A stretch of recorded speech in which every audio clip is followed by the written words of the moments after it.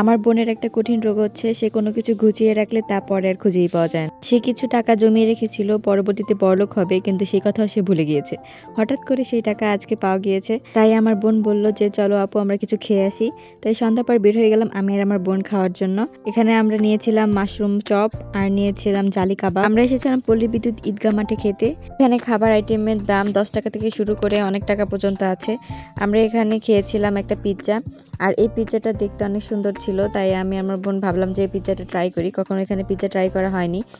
আর পিৎজাটা প্রথমটা ভালোই লেগেছিল খেতে, কিন্তু এক পিস খাওয়ার পরে দ্বিতীয় পিস খাওয়ার সময় অনেক কষ্ট হচ্ছিল, প্রায় বমি চলে আসছিল আমাদের, আর খেতে ইচ্ছা করছিল না। তারপর ওইটাকে বাদ দিয়ে আমরা খেতে আসছি এখানে ঝালমুড়ি। এখানে মুরগির মাংস, কোয়েল পাখির মাংস, হাঁসের মাংস, গরুর কলিজা দিয়ে ঝালমুড়ি বিক্রি করছিল। আমরা এখানে ঝালমুড়ি খেয়েছি। 30 টাকা থেকে শুরু করে ঝালমুড়ি পাওয়া যায় ওখানে। এখানে গরু মাংসের কালা ভুনা দিয়ে রুটি বিক্রি করছিল, আর মাংসের রোল ছিল। তারপর এখানে দেখলাম যে হালিম ছিল, মালাইচা ছিল, ফুচকা ছিল। 40 টাকা থেকে শুরু করে চিকেন বার্গার ছিল। পল্লী বিদ্যুৎ ঈদগাহ মাঠে সকাল 9টা থেকে খাবার বিক্রি শুরু হয়, রাত 11টা-12টা পর্যন্ত খাবার বিক্রি হতে থাকে, আর সন্ধ্যার পরে অনেক বেশি ভিড় হয়। তারপর আমরা আসলাম এখানে চিকেন ফ্রাই খাওয়ার জন্য, আর আমাদের পিছনে মালাইচা আছে, ভাবছিলাম এটা পরে খাবো। চিকেন ফ্রাই নিয়ে আমি আর আমার বোন একটু পোজ দিচ্ছিলাম, আর তারপরে এখন চিকেন ফ্রাই খাবো।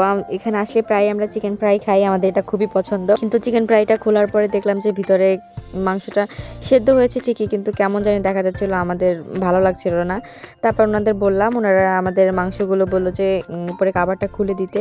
তারপর আবার ওনারা তেলে ভেজে দিয়েছে, এই যে এখন একটু সুন্দর লাগছে দেখতে।